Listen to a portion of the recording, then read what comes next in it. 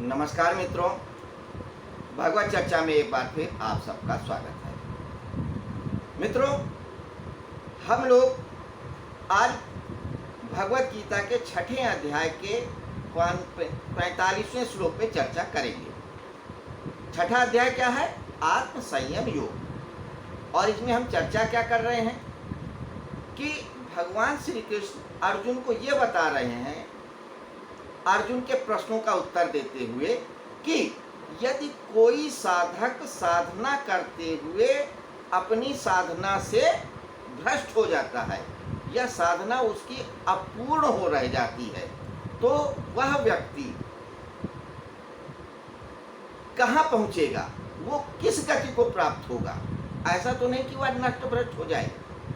इसके संदर्भ में उन्होंने कहा, अगर साधक सुख का आकांक्षी है तो वह अपने पुण्य कर्मों के द्वारा स्वर्गलोक में जाएगा, बहुत काल तक स्वर्ग के सुख का अनुभव करेगा और फिर श्रीमानों के घर में जन्म लेकर के अपनी साधना को आगे बढ़ाएगा।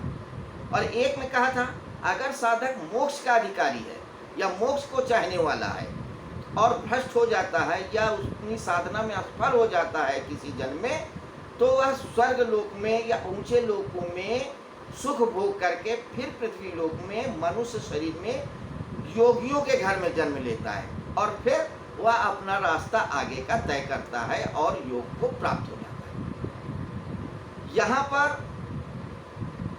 उन लोगों के लिए कह रहे हैं जो श्रीमंतों के घर पैदा होते हैं, यानी कि जो किसी जन्म में सुख की प्राप्ति चाहते थे और साधना में उतरे थे, ध्यान पद्धति में उतरे थे, लेकिन ध्यान सफल न होने पर की वजह से वह स्वर्गलोक में गए, ऊंचे लोकों में गए, तमाम सुख भोगा और फिर जन्म लेते हैं।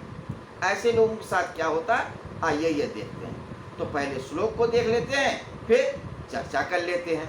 श्लोक क्या कहता है कि पूर्वाभ्यासेन तेन हीयते ह्यवसो अपि सः जिज्ञासुरपि योग शब्द ब्रह्माति वर्तते।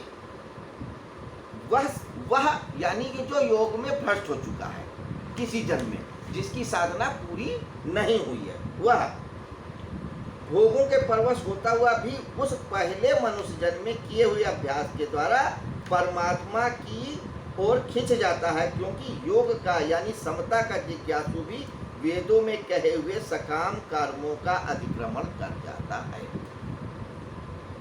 वेदों में कहे हुए सकाम कर्मों का अतिक्रमण कर जाता है। पिछले के अध्यायों में भगवान श्री कृष्ण ने ये बताया था कि वेद में जो पुष्पित वाणी है, यानी जो स्वर्ग और बड़े बड़े लोगों की बात कही गई है, वो सिर्फ सुख देते हैं, लंबे सुख, बड़े बड़े सुख देते हैं, लेकिन परम सत्ता का सुख नहीं देते हैं। वह निर्वाण व मोक्ष नहीं देते हैं। पर लोग वेदों में बताए हुए स्वर्ग और बड़े बड़े लोगों के सुखों की कामना वशीभूत यज्ञ वगैरह कर्म करते हैं। यानी बात वही है कि जो सुख की आकांक्षा से अच्छे कर्म करता है, धार्मिक कृत्य करता है और वह ईश्वरत्व को नहीं प्राप्त पा पाता है, तो वह फिर स्वर्ग लोक से आकर के मनुष्य लोक में जन्म लेता है और उन परिवारों में जन्म लेता है जहाँ पे ऐसा वातावरण होता है, जहाँ से वह अपनी साधना पद्धति को आगे बढ़ा सकता है और फिर वह खींचता चला जाता है परमात्मा की तरफ, और तब तक खींचता है जब तक कि वह परम सत्य को नहीं प्राप्त कर लेता।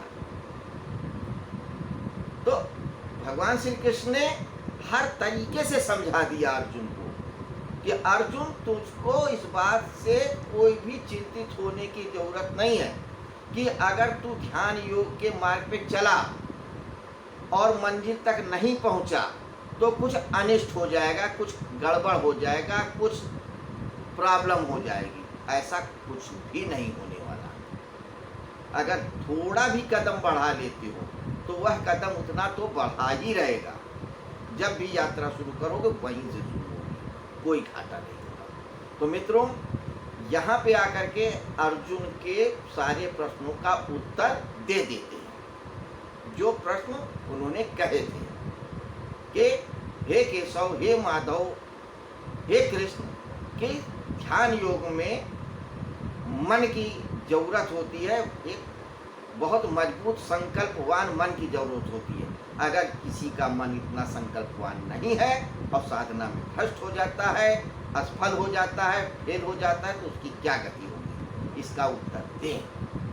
तो उसके ये सारे उत्तर यहाँ पे समाप्त हो जाते हैं। अब छठे अध्याय यानी आत्म संयम योग नामक अध्याय के 2 श्लोक और बचते हैं, 46वां और 47वां।